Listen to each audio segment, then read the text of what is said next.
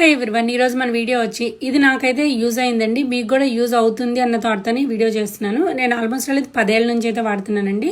మనకి ఇండియాలో చీరలు, కాటన్ బట్టలు, షర్ట్స్ ఇవన్నీ గంజి పెట్టి ఐరన్ చేయించుకుంటాం కదండి. మనకి ఇక్కడ అసలు అది చేయించుకోవడం చాలా కష్టం, డ్రై వాష్ ఎక్స్పెన్సివ్ అవుతుంది కాబట్టి. సో అందుకుని ఇది మనకి యాక్చువల్లీ ఇట్లాంటి స్ప్రే అన్నది లైక్ ఐరనింగ్ స్టార్చ్ స్ప్రే అన్నది మనకి వాల్మార్ట్లో దొరుకుతుందండి. ప్రైస్ కూడా చాలా రీజనబుల్ ఉంటుంది, లెస్ దాన్ $3 మనకు దొరుకుతుంది అనమాట. ఎవరికైనా కావాలి అంటే తెచ్చుకుని ఒకసారి ట్రై చేయండి. మీకు నచ్చలేదు అంటే డిస్కార్డ్ చేసేయచ్చు.